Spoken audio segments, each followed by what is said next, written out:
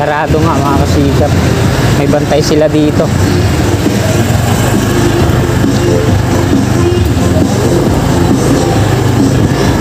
Bawal na pumasok dyan? Bawal na. Nagdi-demolish na sila dyan?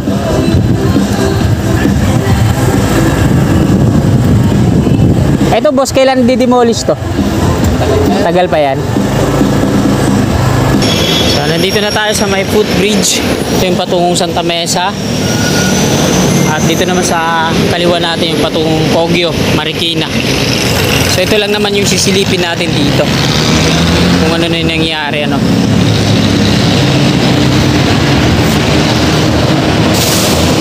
So ito yung status ngayon dito, no. Open na yung gitna, ginawa nilang kalsada.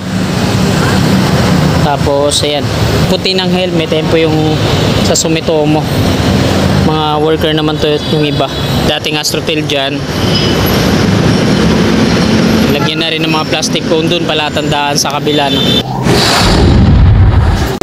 Magandang tanghali po sa inyong lahat mga kasigap. 20 Avenue po, Quezon City. At mag-update tayo ngayon dito sa Metro Manila Subway Contract Package 103 Anonas Station. Araw po ngayon na Miyerkules, ika 28 na po ng Mayo taong 2025 at ika 2 na po ng hapon. Patungo po tayo ngayon sa Viluna, last outlet ko. Syempre madadaanan natin to dito, Anonas Station ng Metro Manila Subway. Silipin natin kung ano na yung resulta sa kabit-kabila nilang demolition, no? Ang nagdi-demolish po dyan ay mga workers ng Sumitomo Mitsui. Sila po yung contractor na gumagawa dito.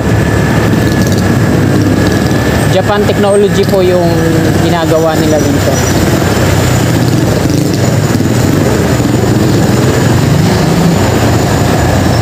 So, dito na tayo sa may LRT2 Viaduct. Aurora Boulevard na po yan dyan. At antayin natin na mag green light.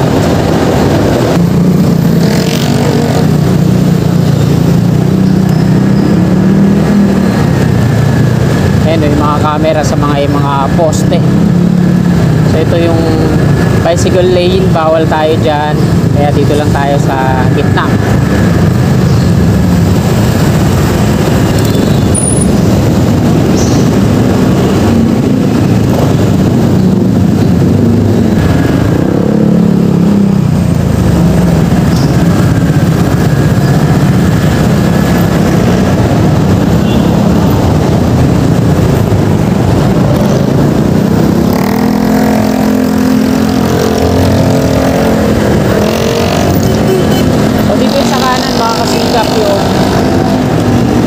Mamaya aakyat tayo dun sa sa footbridge para masilip natin. Nilagyan na rin nila dito ng mga plastic barrier, no, sa harap ng taas.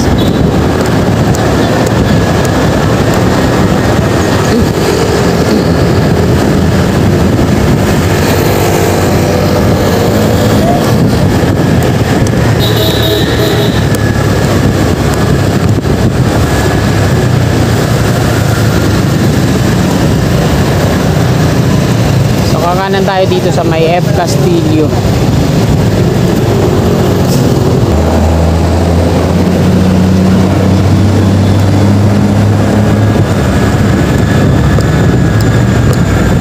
Ikot lang tayo, no. Baka sakali tayo kung bukas pa dito sa may Luna Street. Kasi nung nakaraan na update natin, isarado po yun. Sinarado.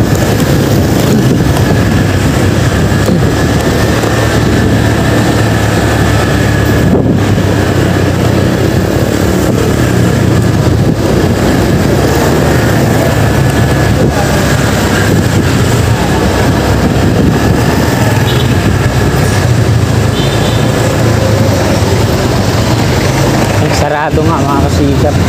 May bantay sila dito.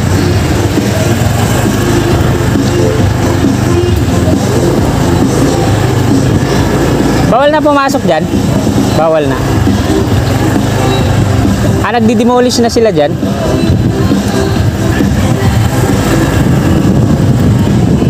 Eto boss, kailan di-demolish to? Tagal pa yan.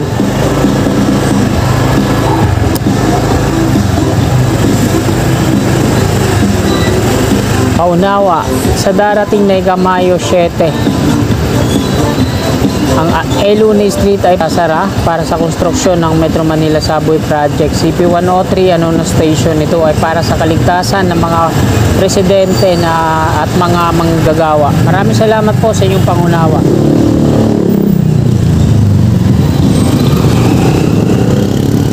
Ayan, sarado na mga kasikap.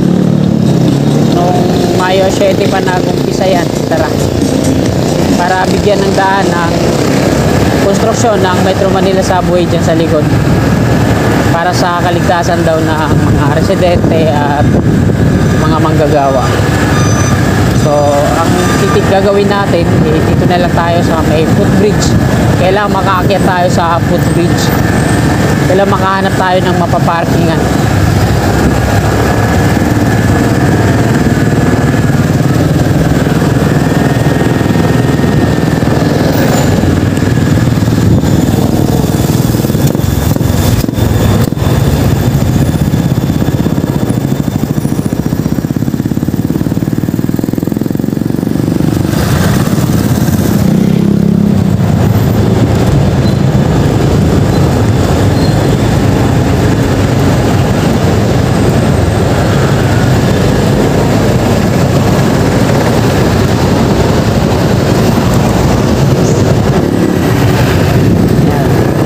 Sa Aurora Boulevard, westbound.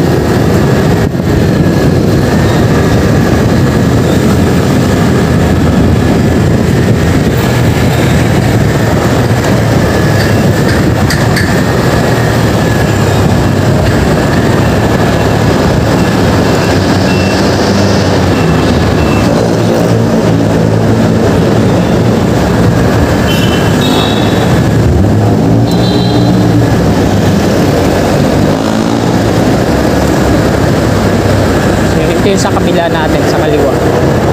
Kailangan makapag-park tayo dito sa may Jollibee para makakit tayo dito sa footbridge.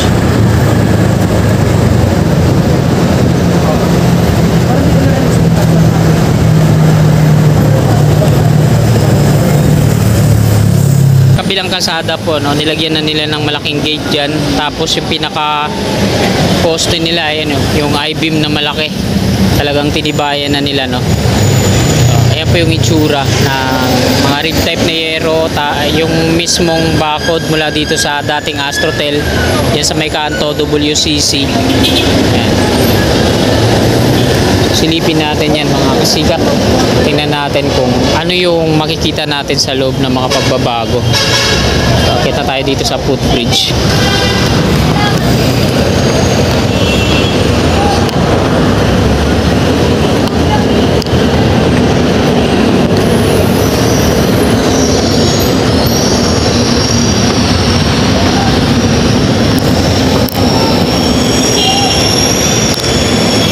Dito na tayo sa may footbridge. Ito yung patungong Santa Mesa. At dito naman sa kaliwa natin yung patungong Poggio, Marikina. So ito lang naman yung sisilipin natin dito. Kung ano na yung nangyari, ano.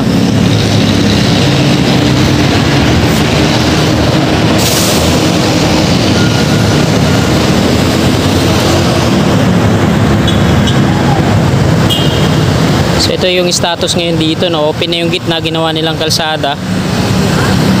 Tapos ayan, yung mga nakaputi ng helmet, ayan po yung sa Sumitomo. Mga worker naman to yung iba.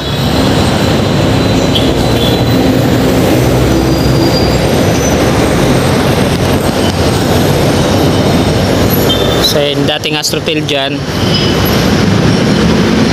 lagyan na rin ng mga plastic cone dun, palatandaan sa kabila, no? So hindi tayo magtatagal mga kasikap kasi baka makita tayo ng mga naka-white ng helmet at paakyatin yung gwardiya dyan. Paakyatin yung gwardiya dito sa atin. Sa tawid, sa may taas asa, yun, nilagyan na rin nila ng mga plastic barrier diretso patungo dun.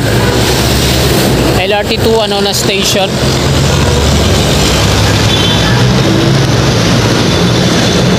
Tapos dito sa tawid, tingnan nyo.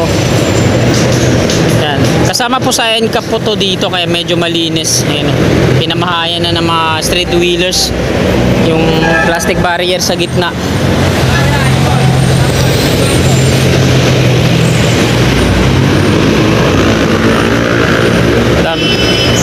Kailangan nila ng mga gamit nila.